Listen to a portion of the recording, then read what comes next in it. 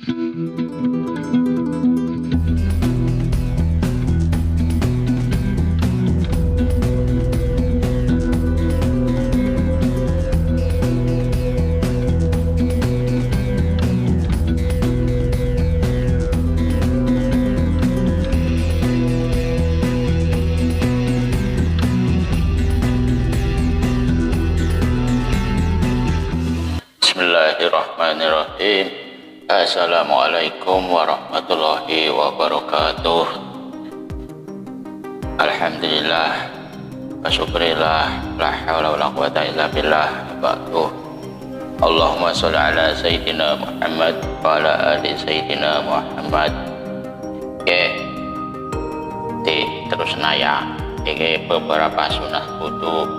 Dadi iki sing nerusna Mas Gus Gareng. Oke, monggo tempat dan waktu dipersilahkan. Ya, kemarin ada yang bilang itu dari ukun-ukun itu sebenarnya dari depan sampai ke belakang tengkuk, balik lagi itu buat Mas Mustoli. Terima kasih, saya melihat itu. Oke, silakan dari ini Gus Gareng di tempat di Gus Gareng, tempat dan waktu dipersilakan. Pindah tempatnya.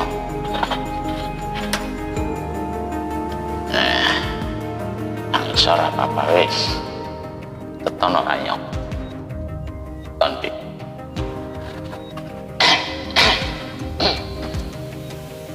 Assalamualaikum warahmatullahi wabarakatuh. Melanjutkan membaca kitab fikih ya. Kalau ada yang salah-salah mohon maaf. Nih beberapa sunat wudu ya. Nomor 1, membaca bismillah pada permulaan wudu. Ya. Sabda Rasulullah Shallallahu Alaihi Wasallam, tawaddu'u bismillah. Rawahul Abu Dawud. Berwudulah kamu dengan menyebut nama Allah. Riwayat Abu Dawud. Pada permulaan setiap pekerjaan yang penting, baik ibadah ataupun lainnya, disunatkan membaca bismillah. Sabda Rasulullah Shallallahu Alaihi Wasallam yang artinya tiap-tiap pekerjaan penting yang tidak dimulai dengan bismillah, maka pekerjaan itu terputus, kurang berkah. Kullu amrin tibalin la yubda'u bihi bismillahi wa huwa aqta. Rawahul Abu Dawud.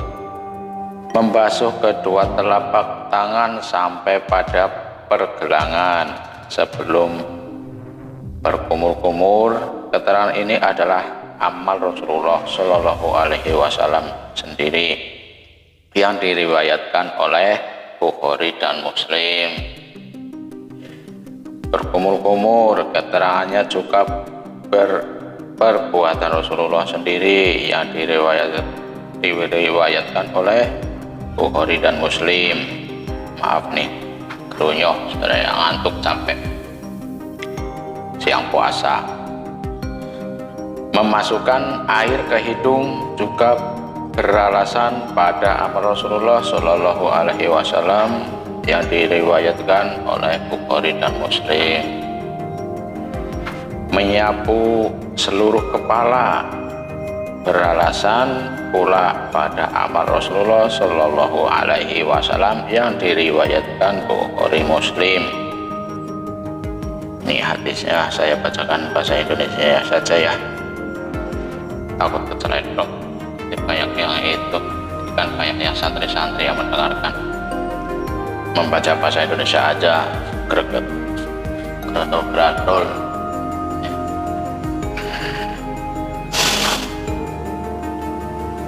Dari Abdullah bin Said, sesungguhnya Rasulullah Shallallahu Alaihi Wasallam telah mengusap kepalanya dengan kedua belah tangannya yang dibolak-balikannya. Dimulainya dari sebelah atas kepala, kemudian di disapukannya ke uduknya, kemudian dikembalikannya ke tempat semula. Riwayat jamaah, berarti semua menyetujui ya. Dan ini dari Abu Dawud.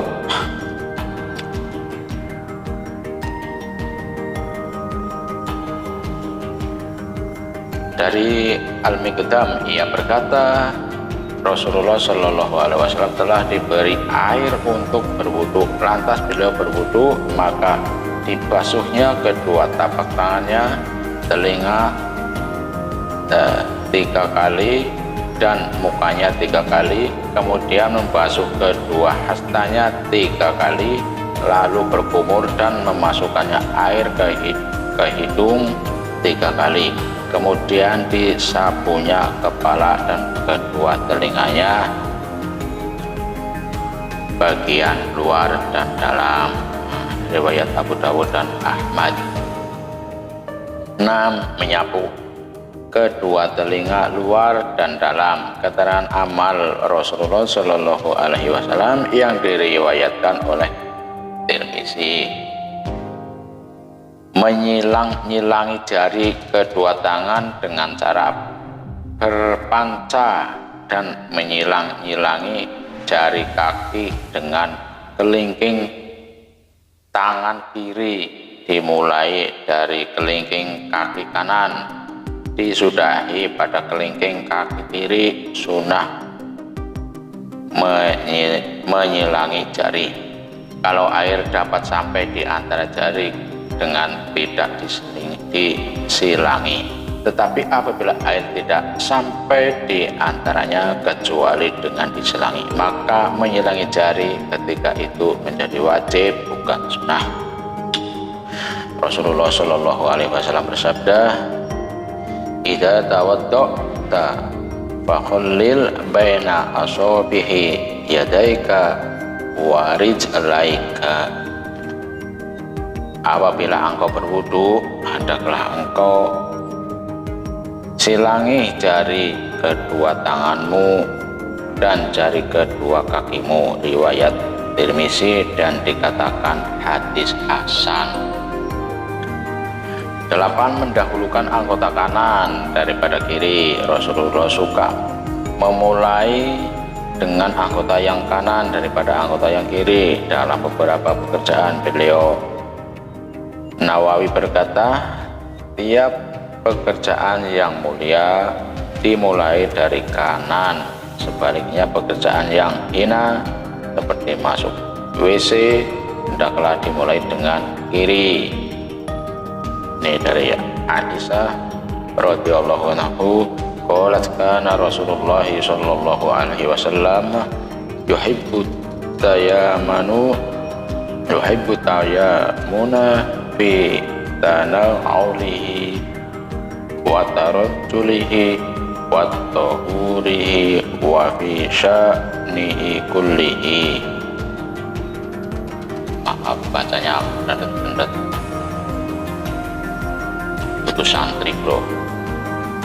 Dari Aisyah radhiyallahu anha, ia berkata Rasulullah Shallallahu Alaihi Wasallam suka mendahulukan anggota kanan ketika memakai sandal, bersisir, bersuci, dan dalam segala halnya. Riwayat Bukhari dan Muslim.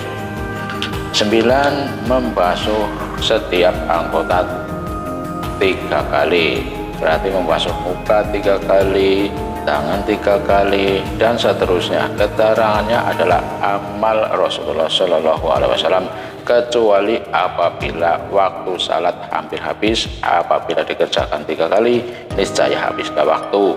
Dalam keadaan seperti ini haram membasuh 3 kali, tapi wajib 1 kali saja. Demikian pula apabila air itu benar-benar diperlukan untuk minum, sedangkan air yang ada tidak mencukupi, maka wajib 1 kali saja dan haram 3 kali. Cepat teman macanya. Iya macan. 10. Ngantuk. Berturut-turut antara anggota yang dimaksudkan dengan berturut-turut di sini ialah sebelum kering anggota pertama, anggota kedua sudah dibasuh. dan sebelum kering anggota kedua, anggota ketiga sudah dibasuh pula, dan seterusnya.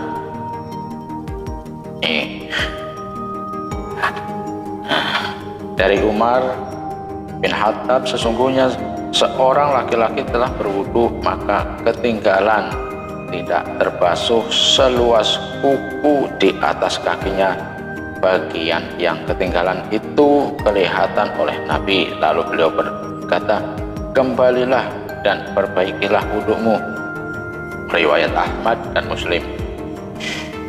Perkataan Rasulullah Shallallahu Alaihi Wasallam, perbaikilah wudumu, dan tidak disuruh mengulangi wudu seperti cukuplah dengan membasuh yang ketinggalan itu saja. Sebagian ulama berpendapat bahwa melakukan wudu menurut urutannya itu wajib barisannya, beralasan hadis yang artinya dari Khalid, dari salah seorang istri Nabi Shallallahu Alaihi Wasallam, sesungguhnya Rasulullah Shallallahu Alaihi Wasallam telah melihat seorang laki-laki salat, di atas tumitnya ada seluas dirham yang tidak kena air sewaktu ia berwudu. Maka Rasulullah Shallallahu Alaihi Wasallam menyuruh orang itu mengulangi wudunya. Riwayat Ahmad dan Abu Dawud. 11. Jangan meminta pertolongan kepada orang lain kecuali jika terpaksa karena berhalangan, misalnya sakit. Tidak diseka kecuali apabila ada hajat, umpamanya sangat dingin. 11. Menggosok anggota wudu agar menjadi lebih bersih. 4. Menjaga supaya percikan air itu jangan kembali ke badan. 15. Jangan bercakap-cakap sewaktu berwudu kecuali apabila ada hajat. 6. Bersiwak, bersuki atau menggosok gigi dengan benda yang kasat, selain bagi orang yang berpuasa sesudah tergelincir matahari. Terlebih afdol bersuki dengan kayu arak siwak. Disunatkan juga bersuki pada tiap-tiap keadaan yang lebih diingini daripada segala pekerjaan lain, yaitu tatkala bau mulut, tatkala bangun dari tidur, tatkala akan salat. Ini hadisnya ya.